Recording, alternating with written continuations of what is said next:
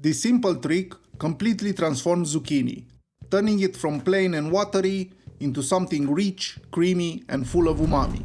And the secret? A touch of salt, thyme, and a bit of mold. Huh? Let me show you how.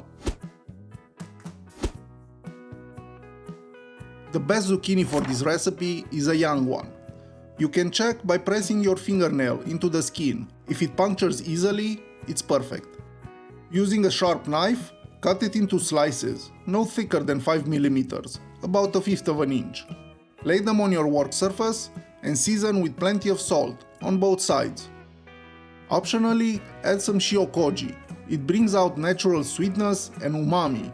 It's a traditional Japanese marinade made from rice and koji mold. Yes, mold. And it's incredibly versatile.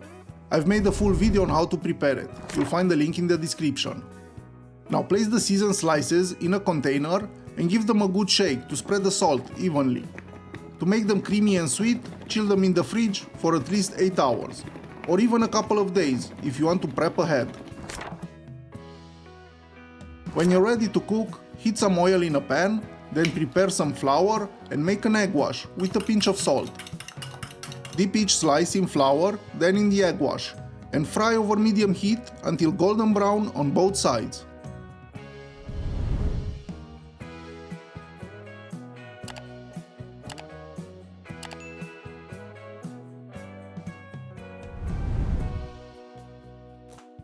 When done, the slices are slightly crispy on the outside.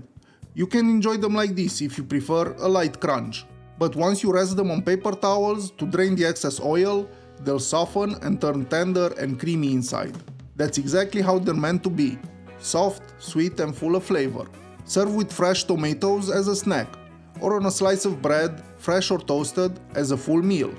If you'd like to learn how to make this soft bread using the same Shio koji, there's a link in the description. And that's it. Creamy and sweet fried zucchini. Ideal as a snack or a quick meal. Enjoy! If you found this recipe helpful, consider leaving a like and subscribing for future recipes. Or check out one of my other videos. You might find something you like. Until next time, bye!